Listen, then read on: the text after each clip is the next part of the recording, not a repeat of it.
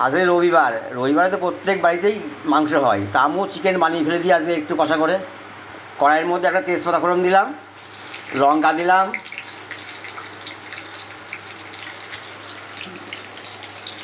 দুটো লবঙ্গ, একটু দারচিনি, একটু এলাচ দিলাম, দিয়ে একটু ভেজে নিই আগে একটু দিয়ে দিলাম। এবার এর মধ্যে পেঁয়াজগুলো সব ঢেলে দিলাম, দিয়ে আচ্ছা করে পেঁয়াজটা ভাজতে হবে। এবারে লবণ দিয়ে দিলাম, লবণ দিলে পেঁয়াজটা ভালোভাবে নরম হবে এবং গলবে। এবার আদা বাটা, লঙ্কা বাটা, রসুন বাটা একসঙ্গে দিলাম, দিয়ে এবার একটু কষাতে হবে। এবার আদা, চিনি, লবণ দিয়ে দিলাম।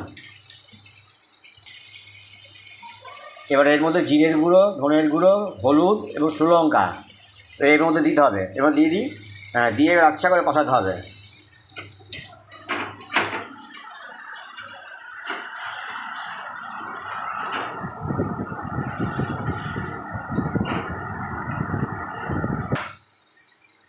এবার মশলার থেকে তেল ছাড়তে আরম্ভ করেছে, এবার এর মধ্যে সমস্ত মাংসগুলো দিয়ে দিতে হবে। সুন্দর করে কষাতে হবে মাংসগুলো।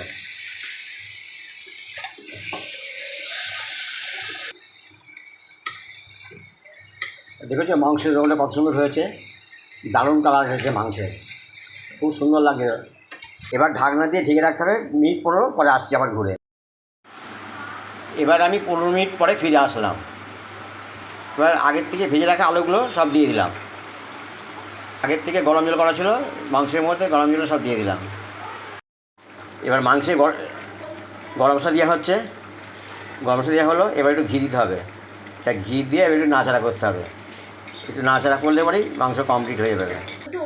দেখো বন্ধুরা কত সুন্দর মাংসটা হয়েছে, দেখেছো কত সুন্দর কালারটা হয়েছে, দারুণ। বাবু মাংসটা কে খাবে? আচ্ছা এটা বাবু থাকলো, হ্যাঁ ঠিক আছে ঠিক আছে, এটা বাবু খাবে।